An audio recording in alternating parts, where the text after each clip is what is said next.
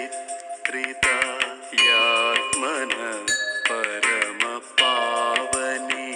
कला सा शिवानि विदधातु शारदा शारदेन्दु किरणोज्ज्वलाकृति।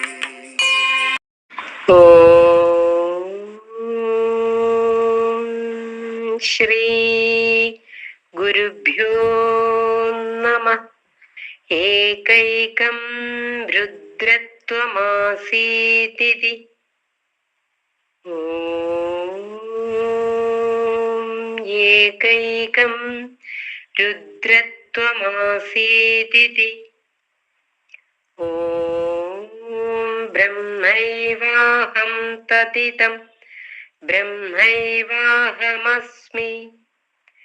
ഓം ബ്രഹ്മൈവാഹം തദിദം ബ്രഹ്മൈവാഹമസ്മി.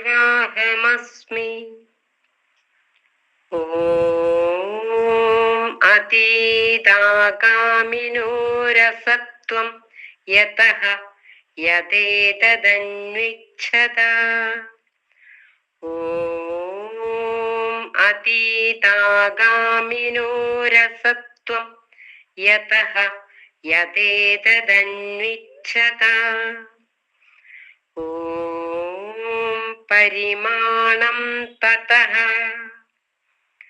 ഓം പരിമാണം തതഃ. ഓം ശ്രീ ഗുരുഭ്യോ നമഃ. സദസദോരന്യോന്യകാര്യകാരണത്വാത്. ഓം സദസദോരന്യോന്യകാര്യകാരണത്വാത്. ഓം സർവശ്രുതിശിരോരത്ന സമുദ്ഭാസിതമൂർത്തയേ വേദാന്താംബുജസൂര്യായ തസ്മൈ ശ്രീ ഗുരവേ നമഃ. ഓം നമഃ പരമർഷിഭ്യോ നമഃ പരമർഷിഭ്യഃ. ഓം ശ്രീനാരായണ പരമഗുരവേ നമഃ. ഗുരുപാദങ്ങളിൽ പ്രണാമം. സജ്ജനങ്ങൾക്ക് ഏവർക്കും വന്ദനം. വേദാന്ത സൂത്ര വിചാരമാണ് നടന്നുകൊണ്ടിരിക്കുന്നത്. ഇന്ന് നമ്മൾക്ക് സൂത്രം 13 ആണ് വിചാരം ചെയ്യേണ്ടത്. അപ്പോൾ സൂത്രത്തിൻ്റെ തുടക്കമാണ്. അപ്പോൾ ഓരോ സൂത്രങ്ങൾ നമ്മൾ മനനം ചെയ്ത് ചിന്ത ചെയ്ത് കഴിയുന്തോറും ആദ്യം മുതലുള്ള ഓരോ സൂത്രങ്ങളും ഉച്ചരിച്ച് പഠിക്കുക, പദച്ഛേദം ചെയ്ത് പഠിക്കുക, അതിൻ്റെ ആശയങ്ങൾ മനസ്സിലാക്കുക. അതിൻ്റെ ആശയം ഗുരുദേവ കൃതികളിൽ ഏതിലേക്കൊക്കെയാണ് കണക്റ്റ് ചെയ്തിരിക്കുന്നത് എന്ന് ശ്രദ്ധിക്കുക. അങ്ങനെ അത്രയും ഒരു അവഗാഹം നമ്മൾ ഓരോ സൂത്രം കഴിയുമ്പോഴും നമുക്ക് ഉണ്ടാവേണ്ടതുണ്ട്. അപ്പോൾ കഴിഞ്ഞ സൂത്രത്തിൽ നമ്മൾ 12ാമത്തെ സൂത്രം, ഒരു സൂത്രം വേണ്ട 2 ക്ലാസ്സൊക്കെ വെച്ചാലും തീരില്ല. എന്നാലും ആ 2 ക്ലാസ്സിൽ വെച്ചാണ് നമ്മളിപ്പോൾ കൊണ്ടുപോയിക്കൊണ്ടിരിക്കുന്നത്. അപ്പോൾ കാരണം ഇത് വലിയ വിഷയമാണ്. ഒരു കുഞ്ഞ് സൂത്രത്തിനകത്ത് ഭഗവാൻ ഉള്ളടക്കി വെച്ചിരിക്കുന്നത്. ഇപ്പോൾ 12ാമത്തെ സൂത്രത്തിൽ ഒരു ജിജ്ഞാസുവിന് ബോധ്യം വന്നു. ആ ജിജ്ഞാസു നമ്മളാണെന്നാണ് ആദ്യം നമ്മൾ ചിന്തിക്കേണ്ടത്. ഏതോ ഒരാളോ പഠിപ്പിക്കുന്നു, അവർക്ക് മനസ്സിലായി എന്നല്ല. ഗുരു നമ്മൾ കഴിഞ്ഞ ക്ലാസ്സിൽ പറഞ്ഞു, നമ്മൾ ഓരോരുത്തരും ഇരിക്കുമ്പോൾ ഗുരുവും നാമും മാത്രമേ ഉള്ളൂ. അപ്പോൾ നമ്മളോട് ഗുരു ഉപദേശിക്കുന്നു, ആ ഗുരു ഉപദേശത്തെ നമ്മൾ സ്വീകരിക്കുന്നു. എത്രത്തോളം നമ്മുടെ ഉള്ളിലേക്ക് തെളിയുന്നുണ്ടോ അത് ഭഗവാനുള്ള നമ്മുടെ ഭക്തി അനുസരിച്ചിരിക്കും. അപ്പോൾ ഒന്നും അറിയില്ലാത്തവരാണെങ്കിൽ പോലും ആ നിഷ്കളങ്കമായ ഒരു ഭക്തി ഗുരുവിനോടുണ്ടെങ്കിൽ തീർച്ചയായും നമ്മുടെ ഉള്ളിൽ തെളിയും, ഒരു സംശയമില്ല.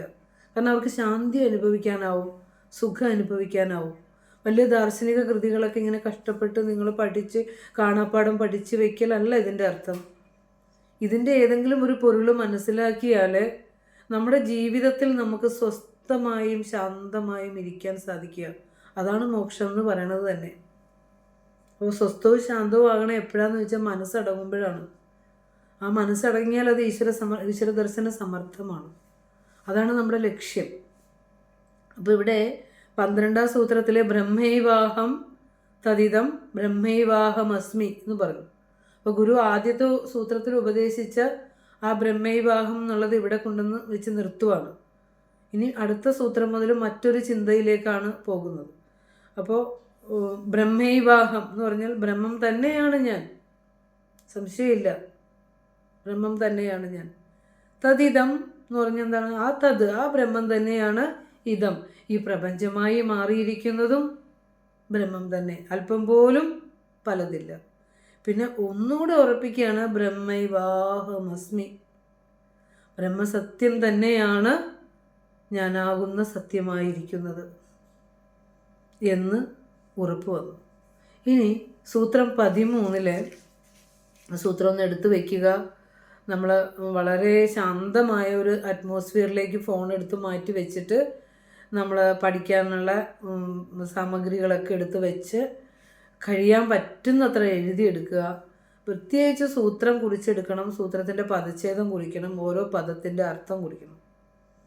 കാരണം ഞാൻ എപ്പോഴും പറയാറുള്ള പോലെ നമ്മളിത് ഇവിടെ ഇരുന്ന് ഇത്രയും പേർക്കിപ്പോൾ 68 പേര് ഇതിപ്പോൾ തന്നെ ഇതിൽ കയറിയിട്ടുണ്ടെങ്കിൽ ഈ 68 പേര് ഒരാൾക്ക് വെച്ച് ഈ സൂത്രം ഒന്ന് വിശദീകരിച്ച് പദച്ഛേദം ചെയ്ത് അർത്ഥം പറഞ്ഞു കൊടുക്കുമ്പോൾ അത്രയും പേരിലേക്ക് ഈ ഗുരുവിൻ്റെ ഈ കൃതി നമ്മൾ എത്തില്ലേ. അപ്പോൾ അതിന് നമുക്ക് സാധിക്കണമെങ്കിൽ നമ്മളിത് ശ്രദ്ധയോടെ ശ്രവിച്ച് നോട്ട് എഴുതി വെച്ച് ഒരാളെയെങ്കിലും ഒരാൾ പഠിപ്പിച്ചിരിക്കണം. ഇപ്പോൾ ഒരാൾ ഒരു 5 പേരെ പഠിപ്പിച്ചാലോ എത്ര പേരിലേക്ക് ഈ കൃതി എത്തും എന്നാലോചിച്ച് നോക്കൂ.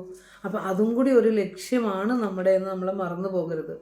അപ്പോൾ സൂത്രം 13 അതീതാഗാമിനോ രസത്വം യഥ യഥേതന്വിച്ഛത. ഇത് ശ്രദ്ധിച്ച് നോക്കണത്. ഓരോ അക്ഷരങ്ങളും വളരെ കൃത്യമായാണ് അടുക്കി വെച്ചിരിക്കുന്നത്. ഒരക്ഷരം വിട്ടുപോയാൽ ആ സൂത്രത്തിൻ്റെ ആശയം മൊത്തം പോകും. ആ രീതിയിലാണ് അതിൻ്റെ കൺസ്ട്രക്ഷൻ. അപ്പോൾ അതീതാഗാമിനോ രസത്വം, അതൊന്ന് ഉച്ചരിക്കാൻ പഠിക്കുക കേട്ടോ. അതീതാഗാമിനോ രസത്വം, തായ്ക്ക് ദീർഘം പറഞ്ഞോളണം, ഗായ്ക്ക് ദീർഘം പറഞ്ഞോളണം. അതീതാഗാമിനോ രസത്വം യഥ യഥേതന്വിച്ഛത എന്നാണ്. അത് പിരിച്ചു നോക്കാം. ഇവിടെ അതീത പ്ലസ് ആഗാമിനഹ വരുമ്പോൾ അതീതാഗാമിനഹ എന്ന് വരും. പക്ഷെ ഇവിടെ ഒരു സമാസത്തിൽ ഉപയോഗിച്ചിരിക്കുന്നത് കൊണ്ട് നമുക്ക് അവിടെ വെച്ച് പിരിക്കണ്ട. അതീതാഗാമിനോഹോ വെച്ച് പിരിക്കാം.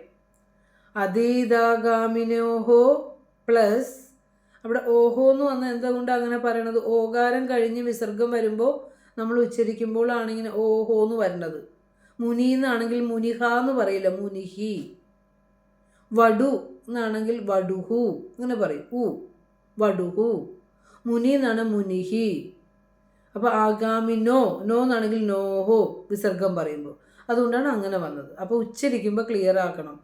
അതീതാഗാമിനോഹോ പ്ലസ് അസത്വം. ഈ പ്ലസ് ഒക്കെ പറയണത് അതൊന്നും ആ വാക്ക് സെപ്പറേറ്റ് ആക്കാൻ വേണ്ടി പറയണമെന്നേ ഉള്ളൂ കേട്ടോ. അതിൻ്റെ കൂടെ ശേഷം പ്ലസ് അസത്വം, സത്വമല്ല. കാരണം അതീതാഗാമിനോഹോ എന്നുള്ളിടത്ത് വിസർഗം സന്ധി ചേരുമ്പോൾ രേപമായി മാറുകയാണ്. അപ്പോൾ വിസർഗം അവിടെ പോയിട്ട് പകരം രകാരം വന്നു. അതുകൊണ്ടാണ് അതീതാഗാമിനോ രസത്വം എന്ന് വന്നത്. വിസർഗത്തിന് രേപം വരികയാണ്. അതീതാഗാമിനോഹോ പ്ലസ് അസത്വം 2 വാക്കായി. യഥ യഥേതന്വിച്ഛത ത്രിപദം, 3 പദങ്ങൾ. യത് പ്ലസ് ഏതത്, അത് കൃത്യമായിട്ട് എഴുതണം, അവിടെ തെറ്റരുത് കേട്ടോ. യത് നോക്കൂ, യത് പ്ലസ് ഏതത് പ്ലസ് അന്വിച്ഛത. യത് ഏതത് അന്വിച്ഛത, യഥേതന്വിച്ഛത. ഒന്നുകൂടെ പറയാം പദച്ഛേദം. അതീതാഗാമിനോഹോ പ്ലസ് അസത്വം യഥ യത്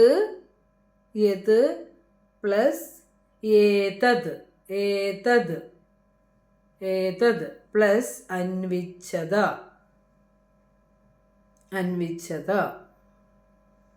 നോക്കാം നമുക്ക്. ഇനി ഈ അതീതാഗാമിനോഹോ എന്നുള്ളത് എങ്ങനെ വന്നു എന്നൊന്ന് നോക്കാം. അപ്പോൾ നമ്മൾ സുഖദുഃഖ നേരത്തെ നമ്മൾ പറഞ്ഞിട്ടുണ്ട്. സുഖം ച ദുഃഖം ച സുഖദുഃഖൗ, പാപം ച പുണ്യം ച പാപപുണ്യൗ, മാതാ ച പിതാ ച മാതാപിതരൗ എന്നൊക്കെ ദ്വന്ദ്വ സമാസത്തിൽ രൂപം വരുന്നുണ്ട്. പക്ഷെ ഇവിടെ അതീതഃ ച ആഗാമിനഃ ച വരുമ്പോൾ അതിൻ്റെ ഒരു വിഗ്രഹം ഒന്ന് പറയാനാണ് കേട്ടോ. അത് നിങ്ങൾക്ക് മനസ്സിലായെങ്കിൽ മാത്രം നിങ്ങൾ എഴുതിയാൽ മതി. ഇല്ലെങ്കിൽ നിങ്ങൾ ഓരോ പദത്തിൻ്റെ അർത്ഥം പറയുമ്പോൾ അത് മാത്രം കുറിച്ചാൽ മതി. അതായത് അതീതഃ ച എന്ന് പറഞ്ഞാൽ ആൻഡിന് പകരം ഉപയോഗിക്കുന്ന ഒരു വ്യാക്ഷേപകമാണ്. അതീതഃ ച ആഗാമിനഃ ച, അത് രണ്ടും കൂടി ചേരും. ഫാദർ ആൻഡ് മദർ എന്ന് പറയില്ല, അതുപോലെ ആൻഡിന് പകരമാണ് ച ചേർക്കുന്നത്. അതീതഃ ച ആഗാമിനഃ ച ചേരുമ്പോൾ എങ്ങനെ വരും? അതീതാഗാമിനഃ, അതീതാഗാമിനഃ. പിന്നെ അതിൻ്റെ കൂടെ ഷഷ്ടി വിഭക്തി അവയുടെ, തയോഹോ, തശബ്ദത്തിൻ്റെ ഷഷ്ടി വിഭക്തിയാണ് തസ്യ തയോഹോ. ആ രണ്ട് ദ്വിവചനം വന്നതുകൊണ്ടാണ്, അതീതവും ആഗാമിയും എന്ന ദ്വിവചനം വന്നതുകൊണ്ടാണ് തശബ്ദത്തിൻ്റെ ദ്വിവചനം അവിടെ ചേർത്തത്. ഞാൻ ഒന്ന് വെറുതെ ഒരു ഉദാഹരണത്തിന് പറഞ്ഞു തരുന്നതേ ഉള്ളൂ. അത് ക്ലിഷ്ടമായിട്ട് തോന്നണമെങ്കിൽ അത് വിട്ട് കളഞ്ഞു കേട്ടോ. അതീതഃ ച ആഗാമിനഃ ച അതീതാഗാമിനഃ തയോഹോ അവയുടെ എന്ന് ചേരുമ്പോഴാണ് അത്രയും അർത്ഥം വിഗ്രഹം വരുമ്പോഴാണ് ഇവിടെ അതീതാഗാമിനോഹോ എന്ന പദം വരണത് എന്ന് പറയാൻ വേണ്ടിയിട്ടാണ് ഞാൻ ഇതൊന്ന് പറഞ്ഞതേ ഉള്ളൂ. അതീതഃ ച ആഗാമിനഃ ച വരുമ്പോൾ അതീതാഗാമിനഃ, തയോഹോ അതീതാഗാമിനോഹോ. ഇനി നമുക്ക് എന്താണോ അതിൻ്റെ അർത്ഥം അത് നിങ്ങൾ എഴുതിയെടുക്കണ്ട, വെറുതെ ഒന്ന് മനസ്സിലാക്കാൻ വേണ്ടി മാത്രം പറഞ്ഞതേ ഉള്ളൂ. ഇനി നമുക്ക് അതിൻ്റെ ഓരോ പദത്തിൻ്റെയും അർത്ഥം വളരെ തെറ്റാതെ കൃത്യമായി എഴുതിയെടുക്കുക കേട്ടോ. ആദ്യം അതീതഃ, കഴിഞ്ഞു പോയവ കേട്ടോ. കഴിഞ്ഞു പോയവ അതായത് ഭൂതകാലത്തെ കുറിക്കാനാണ്. ഭൂതം കഴിഞ്ഞു പോയത്, പാസ്റ്റ്. അതീതം കഴിഞ്ഞു പോയത്. ഇപ്പോൾ നമ്മളെ കർമ്മങ്ങളെ പറയണതിൻ്റെ കൂടെ ഒരു ബ്രാക്കറ്റ് ഇട്ട് എഴുതിക്കോളൂ, സഞ്ചിതം. നമ്മൾ പൂർവ്വജന്മങ്ങളിൽ ശേഖരിച്ച് വെച്ചിട്ടുള്ള കർമ്മങ്ങളെ നമ്മൾ സഞ്ചിത കർമ്മം എന്ന് പറയും. നമ്മൾ ബാങ്ക് ബാലൻസ് പോലെ കർമ്മങ്ങളുടെ വാസനകൾ ബാലൻസായിട്ട് ഇട്ടിട്ടായിരിക്കും ഇങ്ങ് വന്നേക്കണത്. അപ്പോൾ അതിനെ സഞ്ചിതം എന്ന് പറഞ്ഞാൽ എന്താണ്? നമ്മൾ ചേർത്ത് വെച്ചിട്ടുള്ളത്, മുൻപ് ചേർത്ത് വെച്ചിട്ടുള്ളത്. അത് കർമ്മബന്ധങ്ങളുടെ തലത്തിൽ പറയുമ്പോൾ, കാരണം ഇതിന് കർമ്മബന്ധങ്ങൾ എന്നുള്ള അർത്ഥവും കൂടി അതീതത്തിന് അത് ഇപ്പോൾ പറയുന്നില്ല. ഇപ്പോൾ നിങ്ങൾ ഈ രണ്ടർത്ഥമൊന്നും എഴുതിയെടുക്കുക കേട്ടോ, കൺഫ്യൂഷനാവും. കഴിഞ്ഞു പോയവാന്ന് അർത്ഥമുണ്ട്. ഭൂതകാല ക്രിയ, ഭൂതകാലത്തിൽ ഒരു കുറിക്കുന്ന വാചകമാണത്, പാസ്റ്റ് ടെൻസിനെ. കഴിഞ്ഞു പോയവ അല്ലെങ്കിൽ ഓർ എന്നിട്ടിട്ട് സഞ്ചിതം, സഞ്ചിതം എന്ന് എഴുതുക. അടുത്തത് ആഗാമിനഃ, ആഗാമിനഃ വരാനിരിക്കുന്നവ, വരാനിരിക്കുന്നവകൾ. അതിപ്പോൾ കർമ്മമായാലും സമയമായാലും വരാനിരിക്കുന്നവകൾ, അത് ഭവിഷ്യത് കാലത്തെ പറയാനാണ്. ആഗാമിനഃ വരാനിരിക്കുന്നത്. ഇനിയിപ്പോൾ അതീതാഗാമിനോഹോ എന്ന് എടുത്തെഴുതിക്കുക. അതിൻ്റെ രണ്ടിൻ്റെയും കൂടി നമുക്ക് ആ വാക്കിൻ്റെ അർത്ഥം എഴുതാം.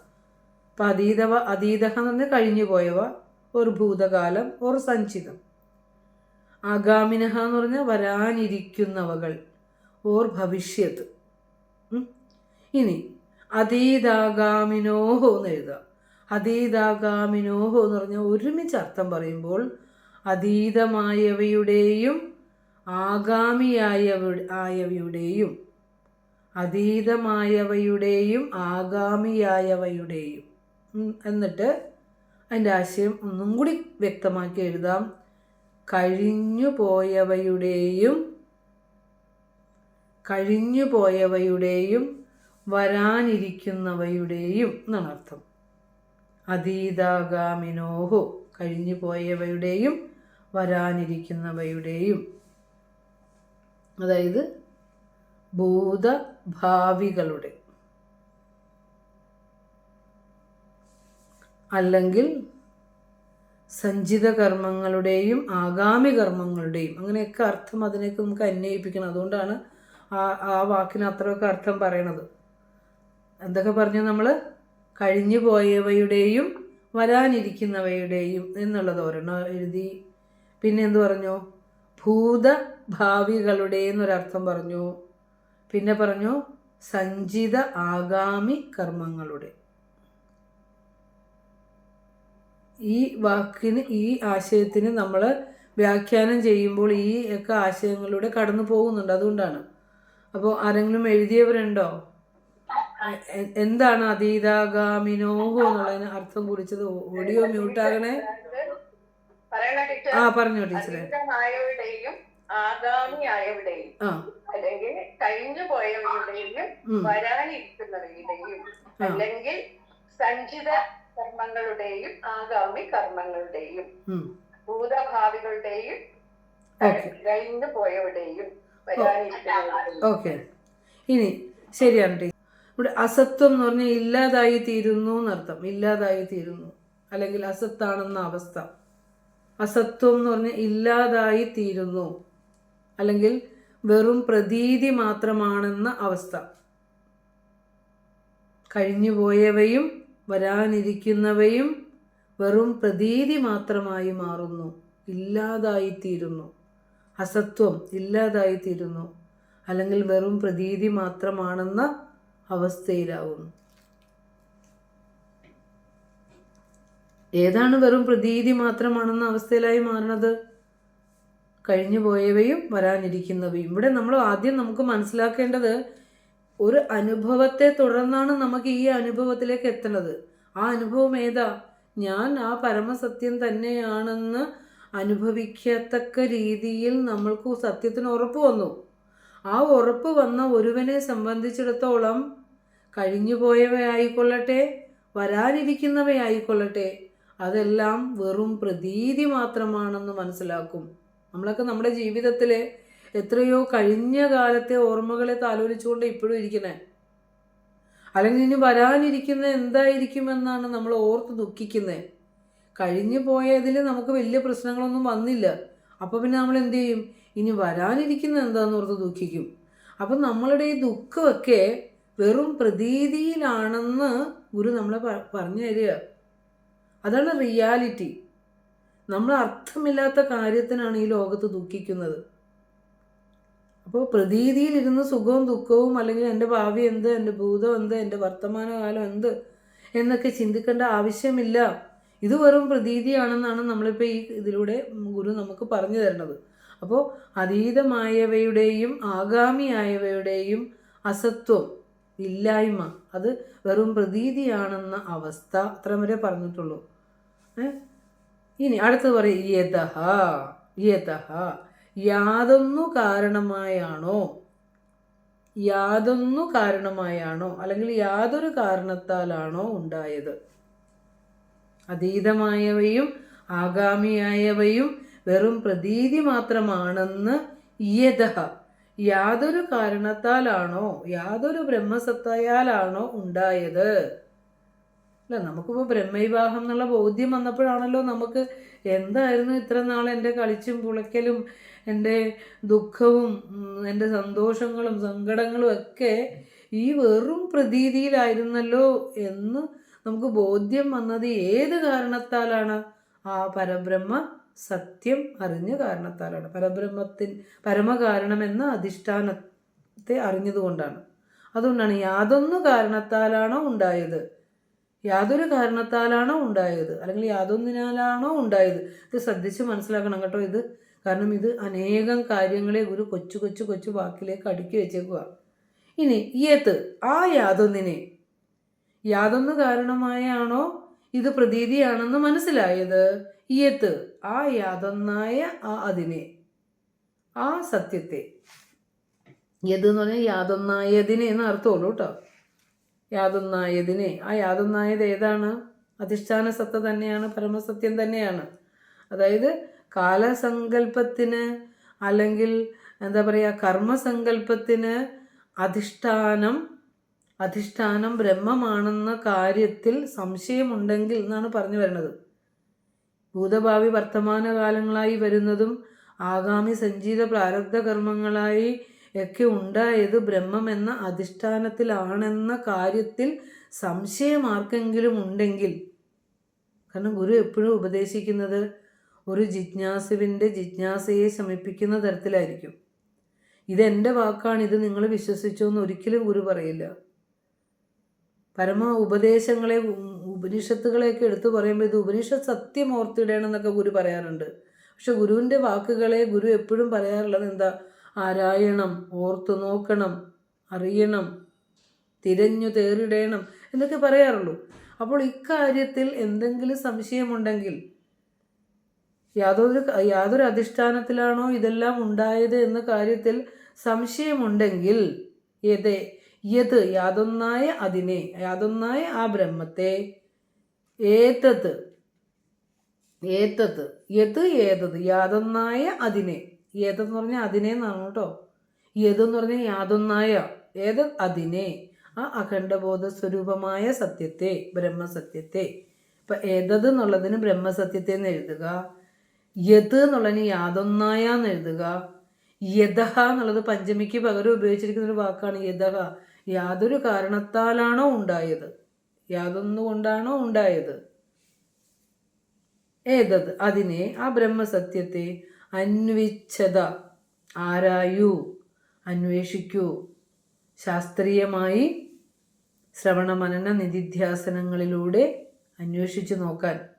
അന്വേഷിച്ചത് കണ്ട ഗുരു പറഞ്ഞേക്കുന്ന നോക്കിയേ, നിങ്ങൾ അന്വേഷിച്ചോളൂ, ഇതിനപ്പുറം ഒന്നും നമുക്ക് കിട്ടാനില്ല ഉത്തരം. അതാണ് ആരായൂ, അന്വേഷിക്കൂ, ഗുരു പറയാണ്. ശാസ്ത്രീയമായി ശ്രവണ മനന നിധിധ്യാസനങ്ങളിൽ കൂടി തിരയൂ എന്നുള്ളതാണ്. അപ്പോൾ നമുക്കിപ്പോൾ ഒന്നും പിടികിട്ടിട്ടുണ്ടാവില്ല, കുറേ വാക്കുകൾ നിരത്തി വെച്ചു, ഗുരു ചേർത്ത് വെച്ചേക്കണ എന്താണെന്ന് നമുക്ക് സൂത്രാർത്ഥം എഴുതാം കേട്ടോ. സൂത്രാർത്ഥം എന്ന് കൊടുക്കുക, വളരെ ഇമ്പോർട്ടൻ്റ് ആണ്, തെറ്റിക്കരുത്. അന്ന് സൂത്രത്തിൻ്റെ അർത്ഥം എഴുതിക്കോളൂ.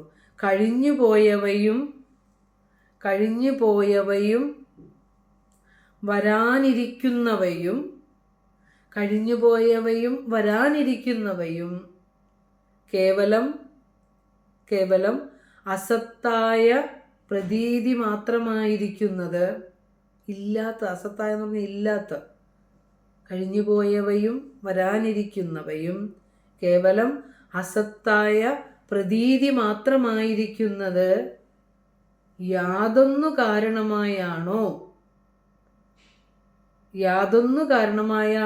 എന്നുള്ളത് ബ്രഹ്മെന്നോ ബ്രഹ്മസത്യം എന്നോ ആത്മസത്യം എന്നോ ഒക്കെ എഴുതി വെക്കുക കേട്ടോ. നമുക്ക് ആ യാതൊന്നും എന്താണെന്ന് നമുക്ക് പിടികിട്ടിയാലല്ലേ നമുക്ക് പഠിപ്പിച്ചു കൊടുക്കാൻ പറ്റുള്ളൂ. യാതൊന്നു കാരണമായാണോ ഉണ്ടായത്, യാതൊന്നിനെ അറിഞ്ഞപ്പോഴാണോ ഈ കാണുന്നതെല്ലാം പ്രതീതി മാത്രമാണെന്ന് മനസ്സിലായത്. ആ യാതൊന്ന് പരമസത്യമാണ്. യാതൊന്ന് കാരണമായാണോ ഉണ്ടായത്, അതിനെ എന്ന് പറയുമ്പോൾ ബ്രഹ്മത്തെ അന്വേഷിച്ച് കണ്ടെത്തണം. ഇനി നമ്മളിത് ക്ലാസ് എടുക്കുമ്പോൾ നമുക്കിത് ക്ലിയർ ആവും. ഓക്കെ, കഴിഞ്ഞു പോയവയും വരാനിരിക്കുന്നവയും കേവലം അസത്തായ പ്രതീതി മാത്രമായിരിക്കുന്നത് യാതൊന്ന് കാരണമായാണോ, അല്ലെങ്കിൽ യാതൊന്നിനെ അറിഞ്ഞപ്പോഴാണോ, യാതൊന്നിനെ അനുഭവിച്ചപ്പോഴാണോ അതിനെ അന്വേഷിച്ച്, യാതൊന്ന് കാരണമായാണെന്ന് മതി. കാരണം നമ്മൾ അനുഭവത്തിലെത്താത്ത ഒരാളോടാണ് സംസാരിക്കുന്നത്, അനുഭവമായി വന്നിട്ടില്ല. അതുകൊണ്ട് സത്യമൊക്കെ മനസ്സിലായി, ഞാൻ ബ്രഹ്മമാണെന്നൊക്കെ മനസ്സിലായി, പക്ഷെ ഇനിയും ഒത്തിരി സഞ്ചരിക്കേണ്ടതുണ്ട്. അപ്പോൾ യാതൊന്നു കാരണമായാണോ ഉണ്ടായത് അതിനെ അന്വേഷിച്ച് കണ്ടെത്തണം എന്നൊരർത്ഥം. ഇനി MH ശാസ്ത്രികളെ പോലെയുള്ള ഗുരുനാഥന്മാർ നമുക്കിതിനെ കർമ്മമായി കണക്ട് ചെയ്താണ് പറഞ്ഞേക്കണത്. അപ്പോൾ നമുക്ക് ആ രീതിയിലൊരാശയവും കൂടി അങ്ങനെയും ചിന്തിക്കാം. നമുക്ക് അതും ആലോചിച്ച് നോക്കിയാൽ അതും ശരിയാണ്. അതുകൊണ്ട് നമുക്ക് ഈ രണ്ട് ആശയങ്ങളും നമുക്ക് നമ്മുടെ ജീവിതത്തെ മുന്നോട്ട് നയിക്കുമ്പോൾ നമുക്ക് പ്രയോജനപ്പെടും. അതുകൊണ്ടാണ് അതും കൂടി പറയുന്നത്. അപ്പോൾ ആത്മജ്ഞാനം കൊണ്ടും അല്ല, അടുത്തൊരർത്ഥം ഓർന്ന് കൊടുക്കുക. മറ്റൊരു രീതിയിൽ ഇതിനെ അർത്ഥം പറഞ്ഞാൽ ആത്മജ്ഞാനം കൊണ്ട് കാരണം അവിടെ ഭൂതവും ഭാവി എന്ന് പറഞ്ഞിടത്ത് ഇവിടെ സഞ്ചിതവും ആഗാമി എന്ന് പറഞ്ഞിട്ടുണ്ട്, അത്രയേ ഉള്ളൂ. ആത്മജ്ഞാനം കൊണ്ട് സഞ്ചിതവും ആഗാമിയുമായിട്ടുള്ള കർമ്മങ്ങൾ, ആത്മജ്ഞാനം കൊണ്ട് സഞ്ചിതവും ആഗാമിയുമായിട്ടുള്ള കർമ്മങ്ങൾ ഫലജനനത്തിന്, കണ്ടോ, അത് ഫ്രൂട്ട്ഫുൾ ആകില്ല. പിന്നെ സത്യം അറിഞ്ഞു കഴിഞ്ഞാൽ പിന്നെ ഈ കർമ്മം എവിടെ? നമ്മൾ കഴിഞ്ഞ ബ്രഹ്മവിദ്യാ പഞ്ചായത്തിൽ പഠിച്ചിട്ടുണ്ട്, കർമ്മം പോലും ഇല്ലാതെ ആവുന്നു അല്ലേ? അപ്പോൾ ഇവിടെ ആത്മജ്ഞാനം കൊണ്ട് സഞ്ചിതവും ആഗാമിയുമായിട്ടുള്ള കർമ്മങ്ങൾ ഫലജനനത്തിന് അശക്തമായി തീരുന്നതിനാൽ ഫലം ഉണ്ടാക്കില്ല. അത് എന്താ പറയുക, വറുത്ത വിത്ത് പോലെയാവും. ഫലജനനത്തിന് അശക്തമായി തീരുന്നതിനാൽ അവയ്ക്ക് ഉണ്മ ഭവിക്കുന്നില്ല. അങ്ങനെ ഒരു സ്ഥിതിയിൽ നമ്മൾ എത്തിയ എന്തായിരിക്കും അല്ലേ? ഈ ഇരുണ്ട സംസാര സാഗരത്തിൻ്റെ ഇരുട്ടിലേക്ക് നമുക്ക് ഇനിയും പതിക്കേണ്ടി വരില്ലല്ലോ. വളരെ ശ്രദ്ധയോടെ പഠിക്കണം, ഉറച്ച മനസ്സോടുകൂടി ജപിക്കണം. നമുക്കിത് വെറുതെ ഒരു വിനോദത്തിനോ അല്ലെങ്കിൽ നമുക്കൊരു വെറും ഒരു ആനന്ദത്തിന് വേണ്ടിയല്ല. എനിക്കിത് അനുഭവമാകണം, ആ ആനന്ദം എനിക്ക് അനുഭവമാകണം എന്ന് കരുതിയിട്ട് പഠിക്കണം.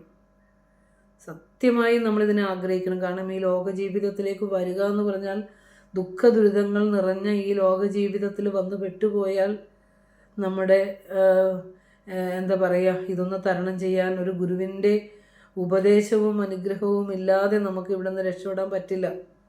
അതുകൊണ്ടാണ് നമ്മളിങ്ങനെ ഗുരുസവിധത്തിൽ വന്ന് ഇങ്ങനെ ഇരിക്കുന്നത്. അപ്പോൾ ആത്മജ്ഞാനം കൊണ്ട് പറയാം. ആത്മജ്ഞാനം കൊണ്ട് പറയുവാണ് ചേച്ചി, പറയുവാണ്. ആത്മജ്ഞാനം കൊണ്ട് രണ്ടാമത്തെ അർത്ഥമാണ്. അതിന് മറ്റൊരർത്ഥം കൂടി പറയുക. ആത്മജ്ഞാനം കൊണ്ട് സഞ്ചിതവും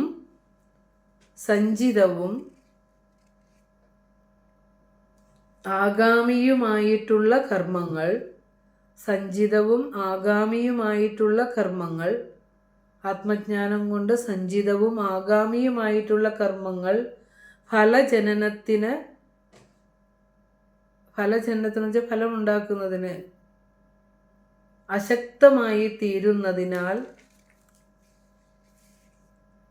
അവയ്ക്ക് ഉണ്മ ഭവിക്കുന്നില്ല. ആ കർമ്മങ്ങളില്ല, സഞ്ചിത ആഗാമി കർമ്മങ്ങൾ ഇല്ലാതെ ആവുന്നു എന്നർത്ഥം. അവയ്ക്ക് ഉണ്മ ഭവിക്കുന്നില്ല. അപ്പോൾ ഇതാണ് ഈ സൂത്രത്തിൻ്റെ കൂട്ടർത്ഥവും അതിൻ്റെ പദാനുപദ അർത്ഥവും പദച്ഛേദവും ഒക്കെ. ഇനി നമുക്കതിൻ്റെ വ്യാഖ്യാനം ഒന്ന് കൊടുക്കുക. നിങ്ങൾക്ക് തോന്നുന്ന കാര്യങ്ങൾ മാത്രം നിങ്ങളൊന്ന് കുറിച്ച് വയ്ക്കുക. അതിനുശേഷം ക്ലാസ് ഒന്നും കൂടി കേൾക്കുക, പിന്നെ ഒന്നും കൂടി കേൾക്കുക. അപ്പോൾ ഓരോ പ്രാവശ്യം എത്തുമ്പോൾ നമുക്ക് അതിൽ നിന്ന് എന്താണോ മനസ്സിലായത് അതും നിങ്ങൾ എഴുതി വയ്ക്കുക. വേർഡ് ബൈ വേർഡ് എഴുതുന്ന രീതിയിലല്ലാതെ മൊത്തം ഒന്ന് കേട്ടിട്ട് നമുക്ക് എന്താണോ മനസ്സിലായത്, നമ്മുടെ മനസ്സിൽ എന്താണോ പതിഞ്ഞത് അത് കുറിച്ച് വയ്ക്കുക. കാരണം അതേ നമ്മളിൽ നിന്ന്, നമ്മുടെ ഉള്ളിൽ നിന്ന് പുറത്തു വരുള്ളൂ. അപ്പോൾ ഇവിടെ വ്യാഖ്യാനം നോക്കുമ്പോൾ സൂത്രം 12 പറഞ്ഞിടത്തുനിന്ന് തന്നെ തുടങ്ങണം. ബ്രഹ്മൈവാഹം തദിദം ബ്രഹ്മൈവാഹമസ്മി. എൻ്റെ അർത്ഥം എന്താണ്? ബ്രഹ്മം തന്നെയാണ് ഞാൻ, ബ്രഹ്മം തന്നെ, ആ ബ്രഹ്മസത്യം തന്നെയാണ് ഈ പ്രപഞ്ചമായിരിക്കുന്നത്, ആ ബ്രഹ്മസത്യം തന്നെയാണ് ഞാനാകുന്ന സത്യമായിരിക്കുന്നത് എന്ന വിചാരം ചെയ്തതിന് ശേഷം ഇതിനോട് കണക്ട് ചെയ്യുകയാണ്. ഇത്തരത്തിൽ ഈ ഒരു ചിന്തയിൽ ഇപ്പോൾ നമ്മൾ ഒരു പേരുധാരിയായി ഇവിടെ വന്നിട്ടുണ്ട്, ഒരു ശരീരധാരിയായിട്ട് വന്നിട്ടുണ്ട്, നമുക്കൊരു കുടുംബമുണ്ട്, തറവാടുണ്ട്, നമുക്കൊരു ജാതിയുണ്ട്, മതമുണ്ട്, രാഷ്ട്രീയമുണ്ട്, നമുക്ക് മക്കളുണ്ട്, എല്ലാം ഉണ്ട്, ബന്ധുക്കളുണ്ട്, എല്ലാം ഉണ്ട്. ഇതെല്ലാം നമ്മൾ ഒന്നിൻ്റെ മേലെ ഒന്നായിട്ട് കെട്ടിപ്പൊക്കി വെച്ചിരിക്കുന്ന വെറും അഴിച്ചു കളയാവുന്ന, ചിന്ത ചെയ്താൽ ഇതൊന്നും ഇല്ല എന്ന് മനസ്സിലാക്കാവുന്ന വെറും പ്രതീതികൾ മാത്രമാണെന്ന് നമുക്ക് മനസ്സിലാകണം. എപ്പോഴാണെന്നറിയോ? ഈ ശരീരം അങ്ങ് വെറും ഒരു, നമുക്ക് ഇപ്പോൾ അറിയാം, ഒരു ഡെഡ് ബോഡി എടുത്തിട്ട് ഒരു ചിതയിലേക്ക് കൊണ്ട് വെക്കുന്ന ആ ഒരു സന്ദർഭം നമ്മളൊന്ന് നോക്കിയാൽ മതി. നമ്മൾ നേരത്തെ പറഞ്ഞ പോലെ ഈ പ്രപഞ്ചത്തിലെ കല്ലും മണ്ണും മരവും മറ്റേതൊക്കെ ഒബ്ജക്ട്സ് ഉണ്ടോ അതുപോലെ ഒരു വസ്തു മാത്രമാണ് നമ്മുടെ ശരീരം എന്ന് നമ്മൾ തിരിച്ചറിയുന്ന ഒരു വൈരാഗ്യത്തിൻ്റെ, വിരക്തതയുടെ നിമിഷമാണ് ശ്മശാന ഭൂമിയിലെത്തുന്ന ആ സമയം. ഒരിത്തിരി നേരം നമ്മളൊരു സ്പാർക്ക് ഉണ്ടാകും, പക്ഷെ നമ്മൾ അവിടെ നിന്ന് തിരിച്ച് നമ്മുടെ വീട്ടിലേക്ക് പോകാൻ ഇറങ്ങുമ്പോൾ തന്നെ നമ്മളത് മറക്കും. മനുഷ്യ നീ ഇതാ അത്രയും അല്ലേ? അപ്പോൾ അതുവരെ നമ്മൾ എന്ത് ചെയ്യും? ഈ പ്രതീതികളിൽ കിടന്ന് കളിക്കും. ഈ പ്രതീതികൾ സത്യമാണെന്ന് കരുതി കളിച്ചും പുളച്ചും നമ്മൾ അഹങ്കരിച്ച് നടക്കും. അപ്പോൾ ഈ അഹങ്കാരം ഒന്ന് കുറയണമെങ്കിൽ ഈ പ്രതീതി സത്യമല്ല എന്ന ചിന്ത, ഞാൻ ഇരിക്കുന്നത് പ്രതീതിയിലാണെന്നൊരു ബോധം നമുക്കുണ്ടായാൽ മതി. അപ്പം തന്നെ നമ്മളും കറക്റ്റായി, നമ്മൾ കാണുന്ന കാഴ്ചകളും നല്ലതാവും, മറ്റുള്ളവർ എന്ത് പറയുമ്പോഴും നമുക്ക് അനുകൂലമായി നമുക്ക് തോന്നുകയും ചെയ്യും. അപ്പോൾ അതിനാദ്യം തന്നെ സത്യവഴിയിലൂടെ നമ്മുടെ ചിന്ത പോകണം, അവിടെയാണ്. അപ്പോൾ ഈ ഒരു സത്യം, ഞാൻ ആ ബ്രഹ്മസത്യം തന്നെ ആകുന്നു എന്ന ആ വിചാരം ചെയ്തു. അപ്പോൾ ഇത്തരത്തിലൊരു ഉറച്ച ജ്ഞാനോദയം ഉണ്ടാകുന്ന ഒരു ദൃഢചിത്തന്, ഉറച്ച ചിത്തന്, അവനോടാണ് ഗുരു ഉപദേശിക്കുന്നത് കേട്ടോ. അപ്പോൾ എന്താ ഗുരു ഇങ്ങനെ പറയണത്? എനിക്ക് എൻ്റെ വീടും എൻ്റെ സ്വത്തും എൻ്റെ സമ്പത്തും ഒക്കെ കഴിഞ്ഞു പോയതാണ്, അത് എല്ലാം പ്രതീതിയാണ്, അല്ലെങ്കിൽ വരാനിരിക്കുന്നതെല്ലാം പ്രതീതിയാണ് എന്ന് പറഞ്ഞാൽ എങ്ങനെ ശരിയാവും എന്നൊക്കെ നമ്മൾ ചോദിക്കും. പക്ഷേ അങ്ങനെയുള്ള ഒരാളോടല്ല പറഞ്ഞത്, സംശയമുള്ള ഒരാളോടല്ല പറയുന്നത്. ഉറപ്പ് വന്നം ഞാൻ ആ ബ്രഹ്മം തന്നെയാണ് എന്ന ഒരു ഗുരുപദിഷ്ട വേദാന്ത വാക്യേഷു വിശ്വാസ, ആ വിശ്വാസം എന്ന ദൃഢചിത്തനോടാണ് ഗുരു ഉപദേശിക്കുന്നത് കേട്ടോ. എന്താ ഉപദേശിക്കുന്നത് ചോദിച്ചു കഴിഞ്ഞാൽ, അതീതാഗാമിനോ രസത്വം, കഴിഞ്ഞുപോയവയും വരാനിരിക്കുന്നവയും അസത്തായ പ്രതീതി മാത്രമായിരിക്കുന്നത് യാതൊന്നു കാരണമായാലാണോ, യാതൊന്നിനെ അറിഞ്ഞപ്പോഴാണോ ആ പ്രതീതി ഉണ്ടായത്, അതിനെ അന്വേഷിച്ച് കണ്ടെത്തണം. ഇനിയും അന്വേഷണം മുന്നോട്ട് പോട്ടെ, അതാണ് പറയുന്നത്, അന്വേഷിച്ച് കണ്ടെത്തണം എന്ന് പറയുകയാണ്. അപ്പോൾ നമ്മളിവിടെ പറഞ്ഞു വന്നത് കാലബോധമായിക്കൊള്ളട്ടെ, കർമ്മബോധമായിക്കൊള്ളട്ടെ, എന്തുമായിക്കൊള്ളട്ടെ, കർമ്മമായാലും കാലമായാലും ശരിക്കും കഴിഞ്ഞു പോയവയും വരാനിരിക്കുന്നവയും കേവലം അസത്തായ പ്രതീതി മാത്രമായിരിക്കുന്നത് യാതൊന്നു മുഖാന്തരമാണോ അതിനെ അന്വേഷിച്ച് കണ്ടെത്തണമെന്ന് സൂത്രം ഒന്നും കൂടി ഓർമ്മിപ്പിക്കുന്നു. അപ്പോൾ നമ്മൾ ഇതിൽ നിന്ന് മനസ്സിലാക്കേണ്ട ഒരു കാര്യം, ഗുരു നമ്മുടെ മുന്നിൽ അറിവായിക്കൊണ്ട് തന്നെ നിൽക്കുകയാണ്. അറിവായിക്കൊണ്ട് നിൽക്കുന്ന ഗുരുവിനെ നാം ഇപ്പോൾ ഒരു പൂജാ വിഗ്രഹം മാത്രമാക്കി മാറ്റിയിരിക്കുക. നമ്മൾ ഓരോരുത്തരും വെറുതെ ഒന്ന് ചിന്തിച്ച് നോക്കിക്കേ. കുറേ ഭക്തി നമുക്ക് കുറേ കൂടി വരുമ്പോൾ നമ്മൾ എന്ത് ചെയ്യും? നിങ്ങൾ ഗുരുവിനെ ആരാധിക്കണ്ടെന്ന് ഞാൻ പറഞ്ഞെന്ന് നിങ്ങൾ പറയരുത്. കാരണം നമുക്ക് ഭക്തി കൂടുതൽ വരുമ്പോൾ നമ്മൾ എന്ത് ചെയ്യും? നമ്മൾ ഗുരുവിനെ അറിയാൻ ശ്രമിക്കില്ല, ഗുരു പറഞ്ഞതറിയാൻ ശ്രമിക്കില്ല. ഗുരുവിനെ ഒരു വിഗ്രഹമാക്കി വെച്ചുകൊണ്ട് നമ്മൾ ആരാധന മാത്രം ചെയ്ത് നമ്മുടെ ജീവിതത്തിൽ എളുപ്പമായല്ലോ. നമ്മുടെ ജീവിതം കൊണ്ട് നേടേണ്ട സുഖവും സമാധാനം നമുക്ക് കിട്ടണമെങ്കിൽ ഗുരു പറഞ്ഞതറിഞ്ഞാലേ പറ്റുള്ളൂ. ഇനി ഒരു ശരീരത്തിൽ ഈ ലോകത്ത് വന്ന് ഇങ്ങനെ ദുഃഖം ഇരിക്കുന്നതിന് വേണ്ടിയുള്ള കാര്യങ്ങളാണ് ഗുരു സ്വകൃതികളിലൂടെ പറഞ്ഞു തന്നിരിക്കുന്നത്. അപ്പോൾ അത് പഠിക്കുകയും ഒപ്പം ഗുരുവിൻ്റെ പാതാരബിന്ദങ്ങളിൽ ശരണാഗതി ചെയ്തുകൊണ്ട് നമ്മൾ ആരാധന ചെയ്യുമ്പോഴാണ് നമ്മൾ ഗുരുവിൻ്റെ പ്രിയപ്പെട്ട കുട്ടികളായിട്ട് മാറണത്, അല്ലേ?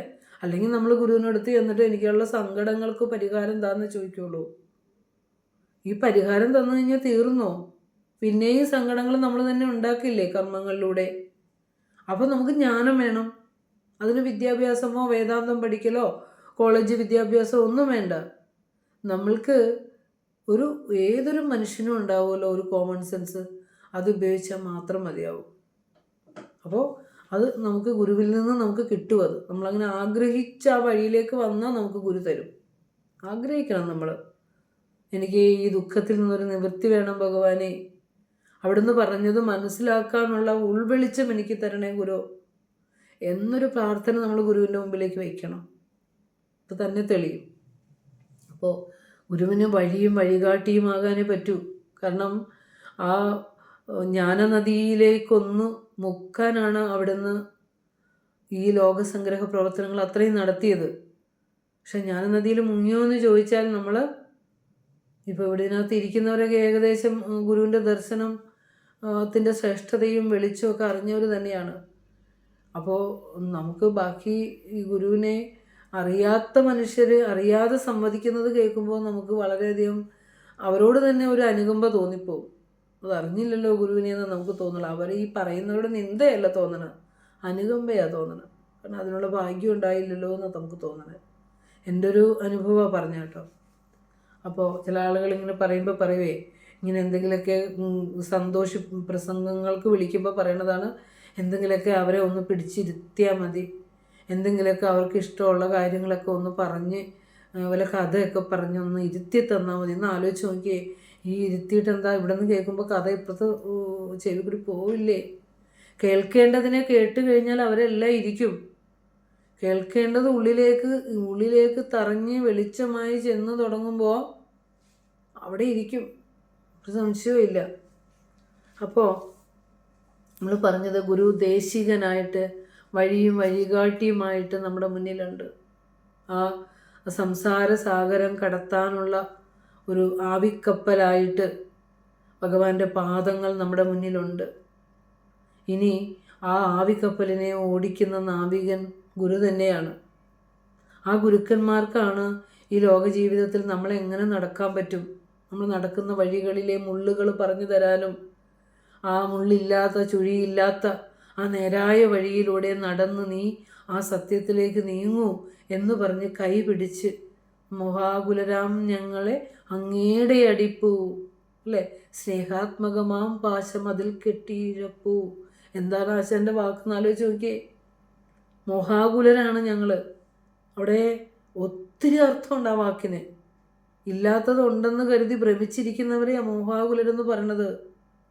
ആ മോഹാകുലരായ ഞങ്ങളെ അങ്ങയുടെ അടിപ്പൂവിലേക്ക്, അങ്ങയുടെ ആ പൂ പോലെയുള്ള അടികളിലേക്ക്, പാദങ്ങളിലേക്ക്, സ്നേഹാത്മകമാം പാശം.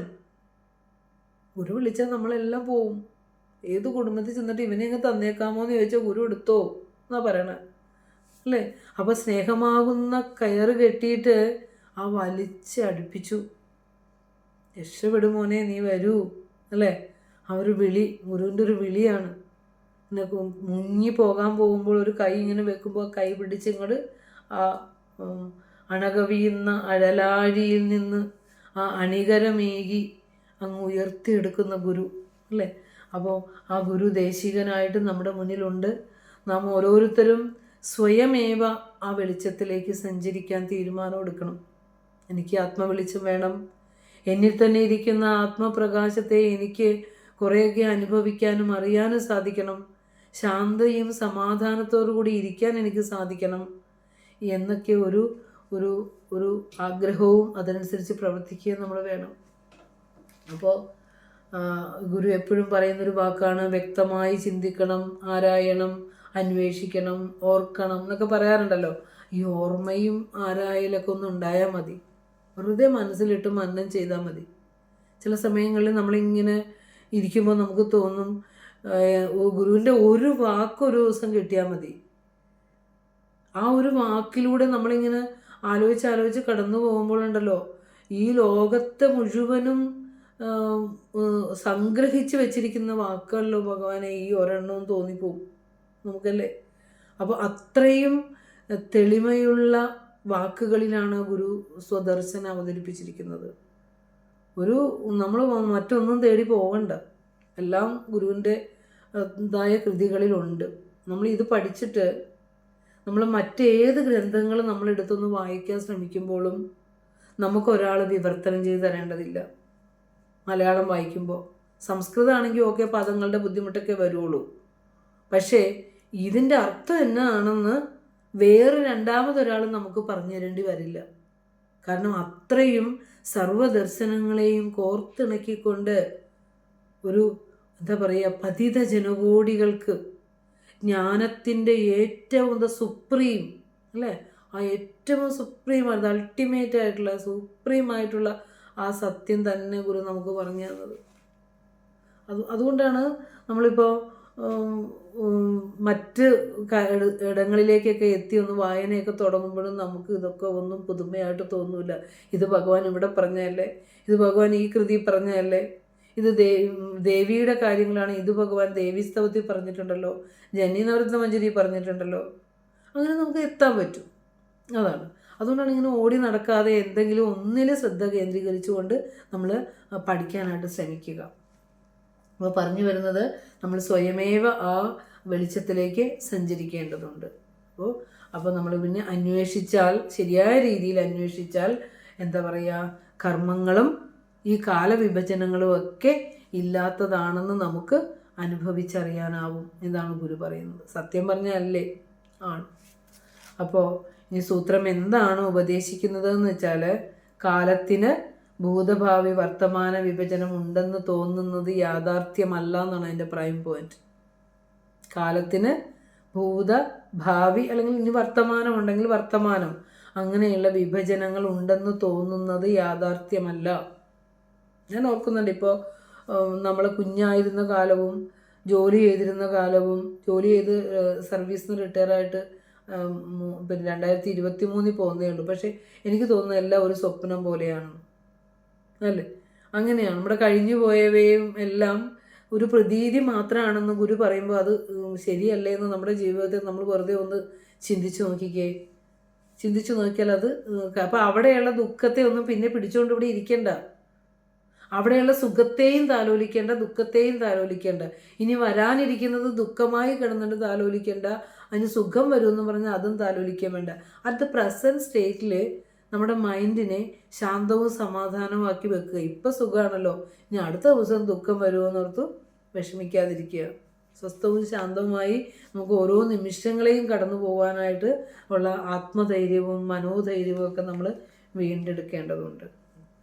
അപ്പോൾ ഈ സൂത്രം നമ്മൾ നോക്കുമ്പോൾ കാലത്തിന് പറഞ്ഞു ഭൂതഭാവി വർത്തമാനം ഉണ്ടെന്ന് തോന്നുന്നത് വെറും അത് യാഥാർത്ഥ്യമല്ല എന്നുള്ളതൊരു പോയിൻ്റാണത്. ഹൈലൈറ്റ് ചെയ്ത് അത് എഴുതി വയ്ക്കേണ്ടതാണ് കേട്ടോ. അപ്പോൾ നമുക്കറിയാം, കർമ്മത്തിൻ്റെ പ്രവാഹമാണ് ഈ പ്രപഞ്ചം. നമ്മൾ കർമ്മദർശനമൊക്കെ പലവട്ടവും വിശദീകരിച്ചതാണ്. കർമ്മപ്രവാഹമാണ് പ്രപഞ്ചം. അകത്തും പുറത്തും കർമ്മമുണ്ട്. ഇപ്പം നമ്മൾ പറയുകയാണ് ഞാനിവിടെ വെറുതെ ഇരിക്കുകയാണ്, ഒന്നും ചെയ്യണില്ല എന്നിടത്ത് ഒരിടത്ത് ഇരുന്നാലും നമ്മുടെ മനസ്സിൽ വരുന്ന ചിന്തകൾ കർമ്മമാണ്. നമ്മുടെ ശരീരത്തിലൂടെ ശരീരത്തിലെ ഓരോ സ്പന്ദനങ്ങളും കർമ്മമാണ് അല്ലേ? അപ്പോൾ അകത്തും പുറത്തും അനവരതം അനുസ്യൂതം ഈ കർമ്മം ഇങ്ങനെ നടന്നുകൊണ്ടിരിക്കുകയാണ്. അപ്പോൾ അങ്ങനെയുള്ള ഈ കർമ്മപ്രവാഹത്തിന് അധിഷ്ഠാനമായിരിക്കുന്നത് നിശ്ചലമായ ആ ഒരു ബ്രഹ്മ അഖണ്ഡബോധ സത്യമാണ്. ഫാൻ കറങ്ങുമ്പോൾ ആ ഫാൻ കറങ്ങുന്നതിന് ഇത് ഭൗതിക ഉദാഹരണമൊന്നും എടുത്ത് ഇതിന് പറയാൻ പറ്റില്ല. എന്നാലും ഫാൻ കറങ്ങുമ്പോൾ ആ ഫാൻ കറങ്ങുന്നതിന് കറങ്ങാത്തൊരു പ്രതലം വേണം. ആ കറങ്ങാത്ത പ്രതലമാണ് ഈ കറങ്ങുന്ന ഫാനിന് ആധാരമായിരിക്കുന്നത്. അതുപോലെ ഈ കർമ്മപ്രവാഹമായ ഈ പ്രപഞ്ചത്തിന് ആധാരമായിരിക്കുന്നത് ആ ജഗദീശ്വര ശക്തിയാണ്. അപ്പോൾ അങ്ങനെയുള്ള ഈ കർമ്മങ്ങൾക്ക് ആഗാമി, സഞ്ചിതം, പ്രാരബ്ധം എന്നീ വിഭജനങ്ങൾ ഉണ്ടെന്ന് തോന്നുന്നത് യാഥാർത്ഥ്യമല്ല. അത് സംശയമുണ്ടെങ്കിൽ നല്ലവണ്ണം അന്വേഷിച്ചു നോക്കൂ എന്നാണ് ഗുരു ഈ ഒരു തത്വജിജ്ഞാസുവിനോട് ഉപദേശിക്കുന്നത്. അപ്പോൾ ആത്മാവിൻ്റെ തലത്തിലാണ് പറയുന്നത് കർമ്മങ്ങളില്ല എന്ന് പറയുന്നത്. അപ്പോൾ സത്യം അറിയാത്ത ഒരുവനെ സംബന്ധിച്ചിടത്തോളം അവൻ കൂട്ടിവെച്ചിരിക്കുന്ന കർമ്മവാസനയ്ക്ക് അനുയോജ്യമായി അവന് ജന്മങ്ങളിലേക്ക് അവൻ കടന്നു പോകും. നമ്മൾ പറയാറില്ലേ, ഇരുട്ട് മാറ്റാൻ ഒരു ദീപം തെളിയിച്ചാൽ മാത്രം മതിയാവും. എത്ര വർഷങ്ങളായിട്ട് ഇരുട്ടടഞ്ഞ് കിടന്ന ഗുഹയാണെങ്കിലും ഒരു വെളിച്ചം അവിടെ കത്തിച്ചു വെക്കുമ്പോൾ ഇരുട്ട് എന്നേക്കുമായി മാറിയില്ലേ? അതുപോലെ എത്രേ കർമ്മശേഖരങ്ങൾ നമുക്കുണ്ടായാലും അതെല്ലാം ശരിയായ ജ്ഞാനം എത്തിക്കഴിയുമ്പോൾ അതെല്ലാം എരിഞ്ഞു പോകുമെന്നാണ് പറയുന്നത്. അപ്പോൾ അങ്ങനെയെങ്കിൽ നമുക്ക് ഈ ശ്രേഷ്ഠജ്ഞാനത്തെ അന്വേഷിച്ചുകൂടെ, തിരിഞ്ഞുകൂടെ? അങ്ങനെ ഒരു സത്യത്തെ ശരിക്കും യുക്തിയുണ്ട്. ഒരു പറയണതിൽ യുക്തി ഉണ്ടെങ്കിൽ നിങ്ങൾ വിശ്വസിച്ചാൽ മതി. ഇതിൽ ചിന്തിച്ച് നോക്കുമ്പോൾ ഇത് 100% അപ്പുറം നമുക്കൊന്നും പറയാനില്ല. വെറും അനുഭവം വന്നില്ലെങ്കിൽ പോലും ലൗകിക ജീവിതത്തിൽ നമ്മളൊന്ന് ചിന്തിച്ച് നോക്കിയാൽ ശരിയല്ലേ? നമ്മുടെ ജീവിതം തന്നെ ചിന്തിച്ച് നോക്കിയാൽ ശരിയല്ലേ? ഇപ്പം ഇത്തിരി ആരോഗ്യം കാണുമ്പോൾ നമ്മളങ്ങ് അഹങ്കരിക്കും. തൊട്ടടുത്ത നിമിഷം നമ്മുടെ ശരീരാവയവങ്ങളുടെ ശക്തി ക്ഷയിച്ചു തുടങ്ങുമ്പോഴാണ് നമ്മൾ മനസ്സിലാക്കണം ഈ ശരീരമൊക്കെ ഒന്നും അല്ലായിരുന്നു എന്ന് തോന്നണത്. അപ്പോഴും നമ്മൾ അറിയേണ്ടതിനെക്കുറിച്ച് അറിയാൻ ശ്രമിച്ചില്ലല്ലോ എന്നൊരു തോന്നൽ നമുക്ക് വരും. ആ തോന്നൽ ഉണ്ടാകാതിരിക്കണമെങ്കിൽ ഇപ്പോഴേ തന്നെ ഈ പ്രതീതികളെയൊക്കെ ഒന്ന് മനസ്സിലാക്കിക്കൊണ്ട് പോണത് ഏറ്റവും നല്ലതാണ് കേട്ടോ. ആ കർമ്മദർശനത്തിൽ പഠിച്ചത് ആവർത്തിച്ച് പഠിച്ചോളണം. മന്യേ വദാമി ശൃണോമി കരോതീത്യാദി. അതൊന്ന് ശ്ലോകം ഒന്ന് ചൊല്ലിക്കേ. മന്യേ വദാമി ഗൃഹണാമി അല്ലേ? ശൃണോമീത്യാദി രൂപതഃ കരോതി കർമ്മ പരമാത്മന ചിത്തേന്ദ്രിയാത്മന. ആരാ കർമ്മം ചെയ്തത്? പരമാത്മാവ്. എന്തുകൊണ്ടാ? പരമാത്മാവിന് പ്രവർത്തിക്കാനുള്ള ഉപകരണങ്ങളായ ഇന്ദ്രിയങ്ങളും മനസ്സും കൊണ്ട് കർമ്മം ചെയ്തു. അപ്പോൾ പക്ഷേ കർമ്മം ചെയ്യുമ്പോഴും സാക്ഷിയായിട്ട് നിൽക്കുന്നേ ഉള്ളൂ. അവിടെ ആത്മാവിന് കർമ്മമില്ല. വാസനാന്വിതമായ മനസ്സിലേക്ക് ആത്മചൈതന്യം പ്രതിബിംബിച്ചപ്പോൾ ആ വാസനയ്ക്ക് അനുയോജ്യമായി ഉള്ള ചലനങ്ങൾ ഉണ്ടായി എന്ന് മാത്രമേ ഉള്ളൂ. അപ്പോൾ അതുകൊണ്ടാണ് സത്യനിഷ്ഠരായ മഹാപുരുഷന്മാർ ഈ ഭൂമിയിലേക്ക് വരുമ്പോൾ അവർ സത്യദർശനത്തിന് വേണ്ടിയിട്ട് ഇറങ്ങി നടക്കുന്നത് എന്തുകൊണ്ടാണ്? മനസ്സിൽ വാസന പൂർണ്ണമായി ഇല്ലാത്തത് കൊണ്ടാണ്. അങ്ങനെ ഈ ലോകത്തിന് വേണ്ടി നല്ല കർമ്മങ്ങൾ ചെയ്ത് ലോകത്തിന് വേണ്ടി പ്രവർത്തിക്കാനായിട്ട് ആവുന്നത്. അപ്പോൾ നമ്മൾ പറഞ്ഞു വന്നത് സത്യാന്വേഷണം. നേരത്തെ പറഞ്ഞു സത്യൻ്റെ വശത്ത് നിന്നും അസത്തിൻ്റെ വശത്ത് നിന്നും ആകാമെന്ന് നേരത്തെ നമ്മൾ പറഞ്ഞതാണ്. അപ്പോൾ ഇവിടെ ഒന്ന് നോട്ട് ചെയ്യണം, സത്തിൻ്റെ ഭാഗത്ത് നിന്നും അസത്തിൻ്റെ ഭാഗത്ത് നിന്നും രണ്ട് സൈഡിൽ നിന്നും ഉള്ളതിനെ കുറിച്ചും ഇല്ലാത്തതിനെ ആധാരമാക്കിയും സത്യാന്വേഷണം നടത്തിക്കൊണ്ടിരിക്കുകയാണ് വേദാന്ത സൂത്രത്തിൽ. ഇപ്പോൾ ഇവിടെ സൂത്രം 5 മുതൽ 12 വരെ, തജ്ജ്യോതിഹി മുതൽ ഏവം ജ്ഞാനജ്ഞേയ വിഭാഗേ വരെയുള്ള സൂത്രങ്ങൾ, 5 മുതൽ 12 വരെയുള്ള സൂത്രങ്ങൾ പറയുന്നത്, ആ സൂത്രത്തിൽ പറയുന്നത് പരമസത്യം, ആ പരബ്രഹ്മ സ്വരൂപമായ ആ ജഗദീശ്വര ശക്തി സർവതുമായി ഭാവം പകരുമ്പോഴും അത് ആ വസ്തു മാത്രമായിരിക്കുന്നു എന്നാണ് വിചാരം ചെയ്തത്. ഒന്നുകൂടെ പറയാം, 5 to 12 വരെയുള്ള സൂത്രങ്ങൾ, തജ്ജ്യോതി മുതൽ ഏവം ജ്ഞാനജ്ഞേയ വിഭാഗേ വരെയുള്ള സൂത്രങ്ങൾ കൊണ്ട് സത്തിൻ്റെ ഭാഗത്തു നിന്നുള്ള അന്വേഷണമാണ് ഉണ്ടായത്. അതായത് പരമസത്യം സർവതുമായി ഭാവം പകർന്നിരിക്കുന്നു. നമ്മൾ ഒത്തിരി സൂത്രങ്ങളിലേക്ക് പറഞ്ഞില്ലേ, ജ്ഞാനവും ജ്ഞേയവും അല്ലെ, ജ്ഞാതാവും ജ്ഞാനവും എല്ലാം ഒന്ന് തന്നെ ഒന്ന് തന്നെ ഒന്ന് തന്നെ എന്ന് പറഞ്ഞാൽ നമ്മൾ പോയത്. അപ്പോൾ പരമസത്യം സർവതുമായി ഭാവം പകരുമ്പോഴും അത് സദ്വസ്തു മാത്രമായിരിക്കുന്നത് എങ്ങനെ, ആ സത്തിൽ നിന്ന് അല്പം പോലും മാറാതിരിക്കുന്നത് എങ്ങനെ എന്നാണ് ഇത്രയും സൂത്രങ്ങൾ കൊണ്ട് വിഭാവനം ചെയ്തത് നമ്മളെ ഗുരു നമുക്ക് പറഞ്ഞു തന്നത്. സത്തിൻ്റെ ഭാഗത്തു നിന്നുള്ള അന്വേഷണം, പരമസത്യം ഏത് രൂപത്തിൽ ഭാവം പകരുമ്പോഴും അത് ആ സത്തിൽ നിന്ന് ഒട്ടും തന്നെ വ്യതിചലിക്കുന്നില്ല എന്ന ആശയമാണ് നമുക്ക് പറഞ്ഞു തന്നത്. അപ്പോൾ ഇവിടെ പറയുകയാണ്,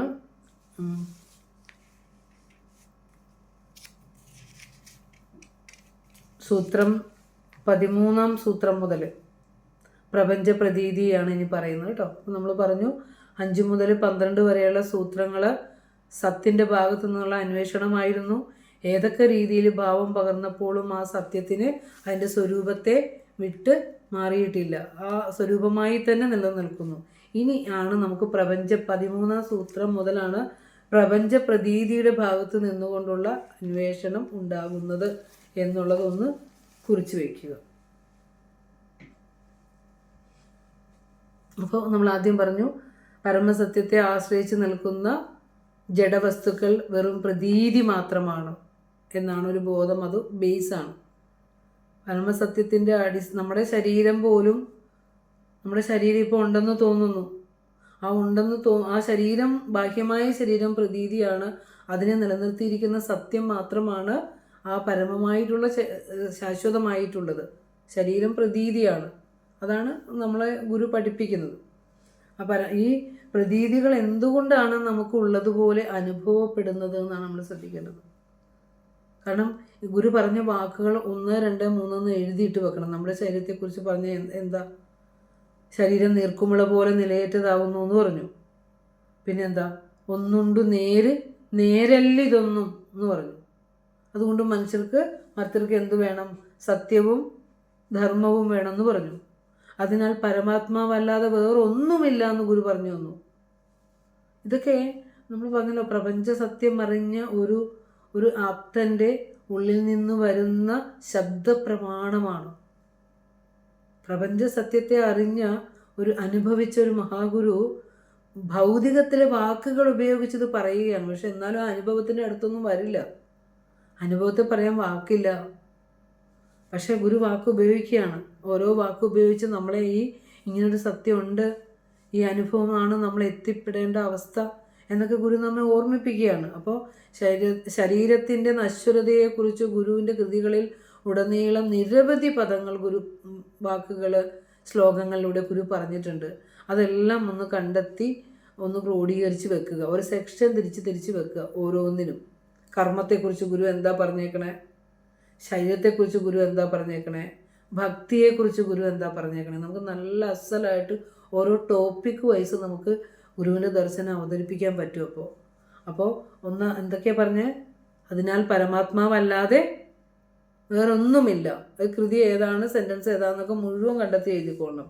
പിന്നെ ഒന്നുണ്ടു നേരല്ലിതൊന്നും മർത്യർക്ക് സത്യവും ധർമ്മവും വേണം, ആയുസ്സും നിൽക്കുകയില്ലാർക്കും ഓർക്കുക. എത്ര പ്രാവശ്യം പറഞ്ഞു തന്നിട്ടുണ്ടെന്നറിയോ? ഒന്നുണ്ട് നേരല്ലിതൊന്നും പറഞ്ഞു തന്നു ഗുരു.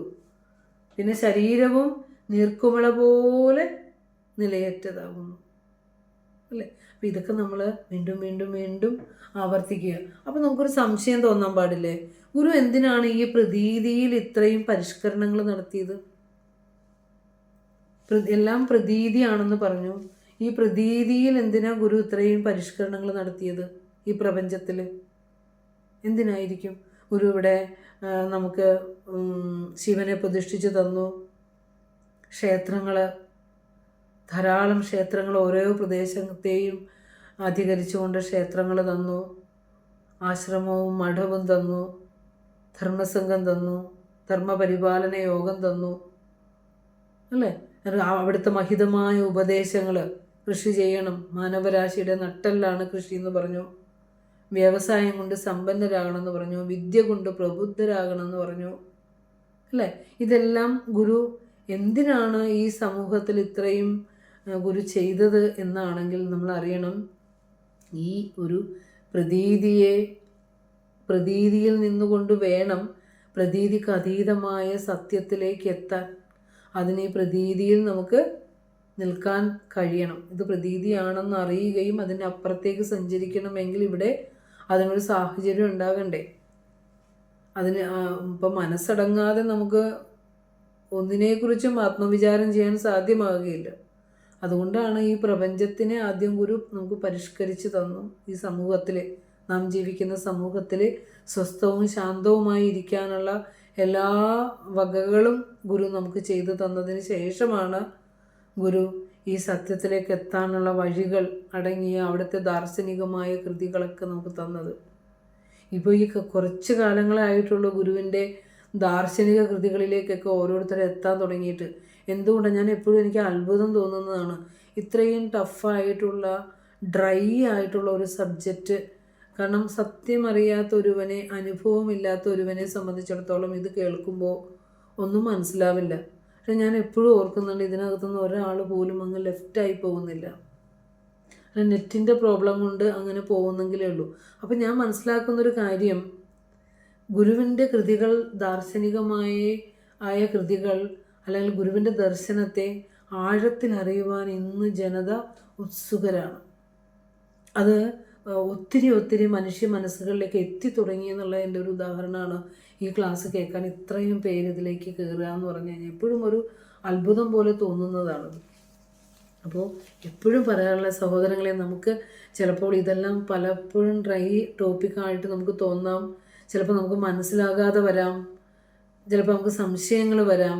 എന്തായാലും ഗുരുവിൻ്റെ കൃതികളും ആ കൃതികൾക്ക് നമ്മുടെ ഗുരുക്കന്മാർ തന്നിട്ടുള്ള കുറേ വഴികളും ഒക്കെ വെച്ചുകൊണ്ടാണ് നമ്മളിതിലൂടെ പോകുന്നത്. അപ്പോൾ ഇതെല്ലാം നമുക്കൊരു മുതൽക്കൂട്ടാകണം, നമ്മുടെ ജന്മസാക്ഷാത്കാരത്തിന് മുതൽക്കൂട്ടാകണം. ഇനിയൊരു ശരീരത്തിൽ വന്നാൽ തന്നെ ഈ സത്യം അറിയാൻ വേണ്ടി ആയിരിക്കണം, അല്ലാതെ ഈ കൂരിരുട്ടിലേക്ക് പതിച്ചു പോകരുത്. നാം ആ വെളിച്ചം ഏറിക്കൊണ്ട് വേണം ഈ ശരീരത്തിൽ നിന്ന് നമ്മൾ കടന്നു പോകാൻ. അതിന് നമുക്ക് ശരീരത്തിന് ആരോഗ്യമുള്ളിടത്തോളം കാലേ പറ്റുള്ളൂ. കുറച്ച് കഴിഞ്ഞാൽ നമുക്ക് ബുദ്ധിയൊക്കെ ഒന്നും നിൽക്കില്ല, മനസ്സ് നിൽക്കില്ല, ബുദ്ധി നിൽക്കില്ല, ശരീരം നിൽക്കില്ല. അപ്പോൾ ഇന്ന് എന്നെ വിളിച്ച പല ദിവസങ്ങളിലും ഒറ്റയ്ക്കും 2 പേരൊക്കെ ആയിട്ട് ഇടയ്ക്കിടയ്ക്ക് എന്നെ വിളിക്കും. കാരണം വേദാന്ത സൂത്രം ക്ലാസ്സുകൾ എവിടെയെങ്കിലും കേട്ട് കഴിഞ്ഞാൽ അപ്പോൾ വിളിക്കും. വിളിച്ചതിന് ശേഷം ആദ്യമാണ് എനിക്കിപ്പോൾ 85 വയസ്സുണ്ട്, എനിക്കിപ്പോൾ 86 വയസ്സുണ്ട്, എന്നിട്ട് പറയണത് ഞാൻ ആ ക്ലാസ് കേട്ടിട്ട് എഴുതിയെടുത്തു എന്ന്.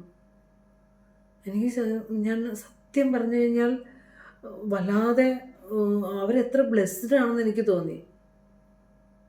ആലോചിച്ച് നോക്കൂ, ആ ഒരു പ്രായത്തിൽ ജീവിച്ചിരിക്കുന്നുണ്ടായിരുന്നെങ്കിൽ എൻ്റെ അമ്മയേക്കാൾ മൂത്ത പ്രായമാണ്. അപ്പോൾ ആ ഒരു പ്രായത്തിൽ അപ്പോഴും അത് കേൾക്കിട്ട് മനസ്സിലാവുന്നു, അത് എഴുതിയെടുക്കുന്നു, ബാക്കി ക്ലാസ് എവിടെ കിട്ടും, എന്നെ ക്ലാസ്സിൽ ആഡ് ചെയ്യിക്കുമോ എന്നാണ് ചോദിക്കണത്.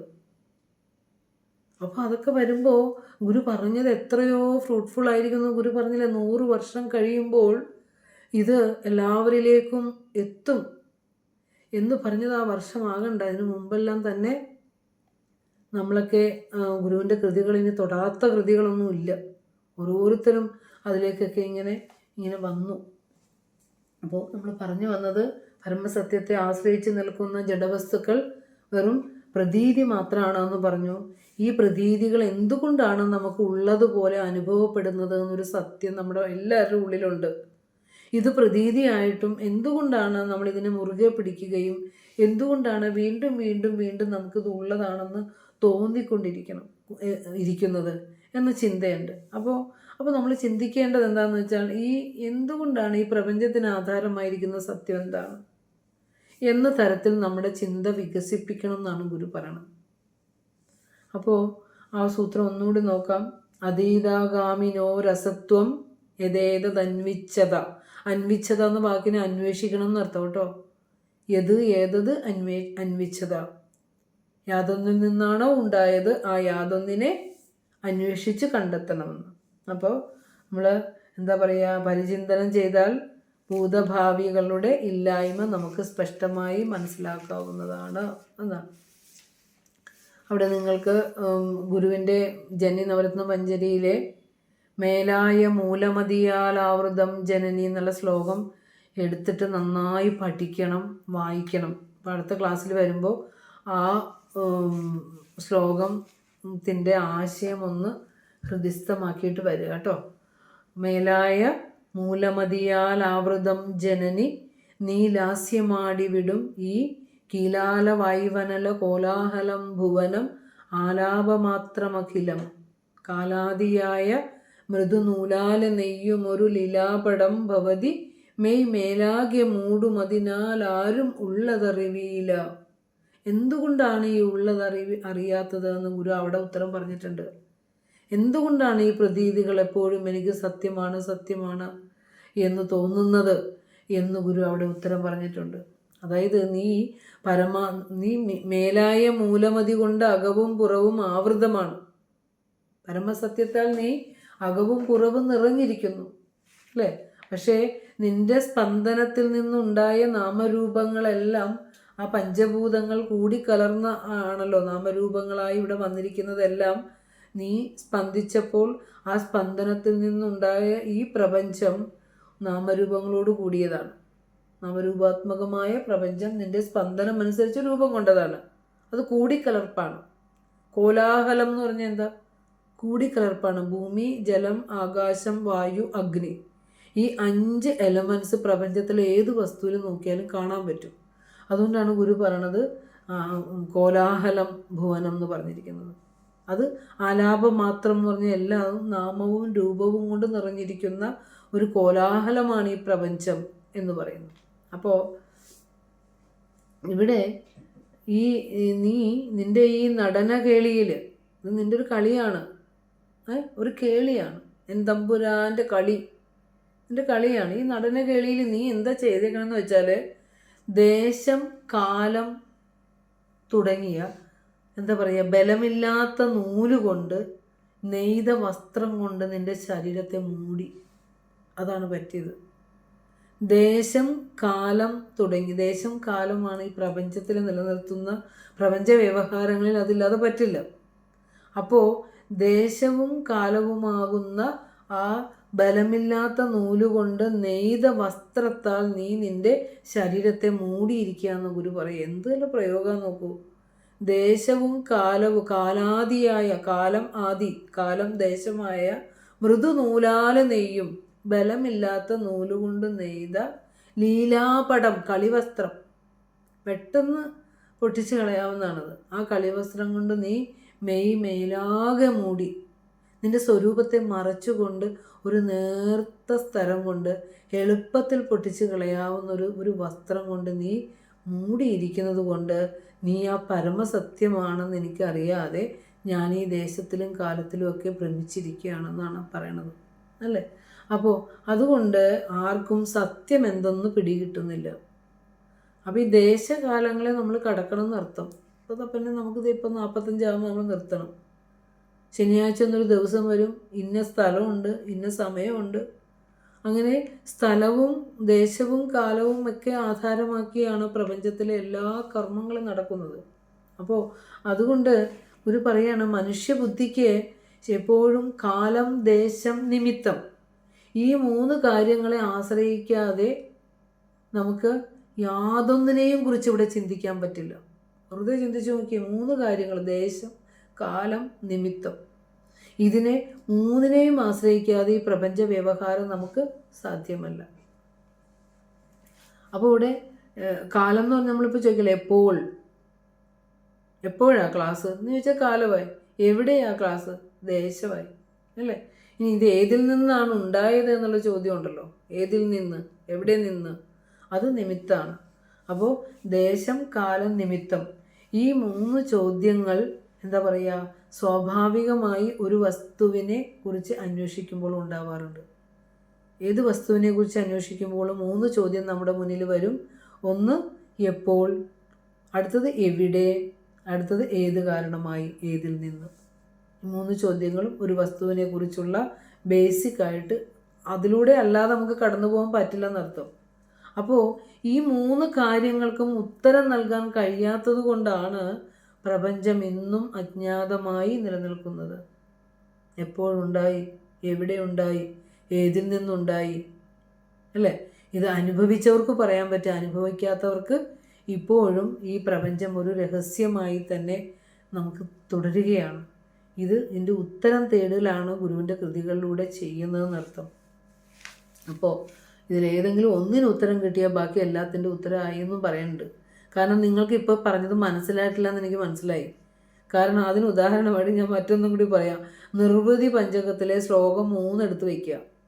ഇവിടെ ഇതിനു മുമ്പ് നിർവൃതി പഞ്ചകം വളരെ ഭംഗിയായിട്ട് പഠിച്ചവരൊക്കെ ഉണ്ട്. അതും കൂടി പറഞ്ഞുകൊണ്ട് എൻ്റെ ക്ലാസ് ഇന്ന് നിർത്തുകയാണ്. പിന്നെ നാളെ ചങ്ങനാശ്ശേരി കങ്ങഴ എന്ന് പറഞ്ഞ ഒരു സ്ഥലത്താണ് പ്രഭാഷണം. പത്തനാപുരം രണ്ട് സ്ഥലമാണ്. അപ്പോൾ ആ ഏരിയയിൽ ആരെങ്കിലുമൊക്കെ ഉണ്ടെങ്കിൽ നമുക്ക് അവിടെ വരുവാണെങ്കിൽ കാണാൻ പറ്റും. അപ്പോൾ നിർവൃതി പഞ്ചകത്തിൽ ശ്ലോകം 3 കേട്ടോ. നിർവൃതി അതൊന്ന് ആരാ ചൊല്ലുന്നത്? നമ്മുടെ തുളസിയേരി സാറൊക്കെ ഉണ്ടല്ലോ. തുളസിയേരി സാറൊക്കെ അത് നല്ല കൃത്യമായി പഠിച്ചു വച്ചിരിക്കുന്നുണ്ട്. നിർവൃതി പഞ്ചകത്തിലെ ശ്ലോകം 3 ഇതിനുള്ള ഉത്തരവുണ്ട്. എപ്പോൾ, എവിടെ, ഏതിൽ നിന്നുണ്ടായി. ചോദ്യം സാറില്ലേ? ആരാ ചൊല്ലാതെ?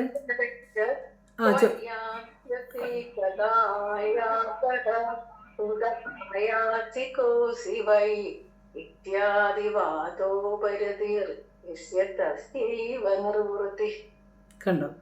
ക്വയാസ്യസി ക്വയാസ്യസി കദാ ആയാദഃ കദായാദഃ കദാ ആയാദഃ കുതഃ ആയാസി കോസി വൈ ഇത്യാദി വാതോപരതിഃ യസ്യ തസ്യൈവ നിർവൃതിഃ.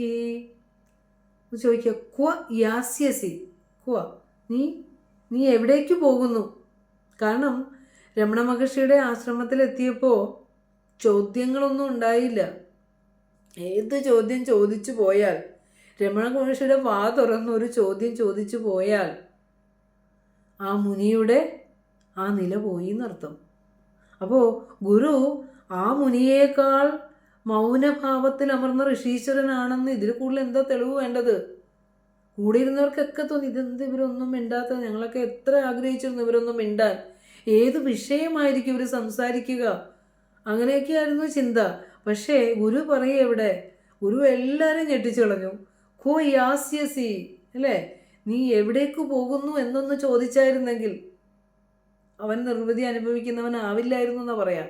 കോ യാസ്യസി, നീ എവിടേക്ക് പോകുന്നു എന്ന് ചോദിച്ചാൽ നിന്റെ വെറും പ്രതീതി മാത്രമായ, ജഡം മാത്രമായ ഈ ശരീരം എവിടേക്ക് പോകുന്നു എന്നല്ലേ. ആത്മാവ് എല്ലായിടത്തും നിറഞ്ഞിരിക്കുന്നു. രമണ മഹർഷി പരബ്രഹ്മസ്വരൂപനാണ്, ഗുരുവും പരബ്രഹ്മസ്വരൂപനാണ്. ആ രണ്ടു പേർക്ക് അറിയാം.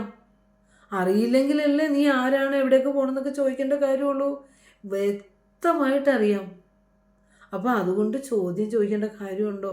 ഇല്ല. അതുകൊണ്ട് കോ യാസ്യസി, നീ എവിടേക്ക് പോകുന്നു അല്ലേ. കഥാ ആയാതാണ്ട് എപ്പോൾ, വെൻ ടൈമിനെ സൂചിപ്പിക്കുന്ന വാക്കാണ് എപ്പോൾ. എപ്പോൾ എന്ന് പറയുമ്പോൾ നമ്മൾ ഉത്തരം പറഞ്ഞ എന്താ പറയുക, കാലത്തെ കുറിക്കേണ്ട വാക്കാണ്. കഥാ ആയാതഹ, എപ്പോൾ വന്നു. അപ്പോൾ അതിൻ്റെ ഉത്തരം ഒരു സമയം രാവിലെ വന്നു, ഉച്ചക്ക് വന്നു, 10 മണിക്ക് വന്നു, സമയമായിരിക്കും ചോദിക്കുക. അപ്പോൾ അവിടെ കാലം വന്നു. പിന്നെ കുതഹ ആയാസി, എവിടെ നിന്ന് നീ വരുന്നു, അതും ദേശമാണ്. എവിടെ നിന്ന് വരുന്നു?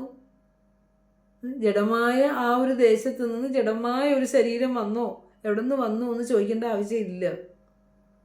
നിൽക്കുന്ന സ്വരൂപം എന്താണെന്ന് പിടികിട്ടിക്കഴിഞ്ഞു. പിന്നെ എന്തിനാ പൊട്ട ചോദ്യം ചോദിക്കണേ?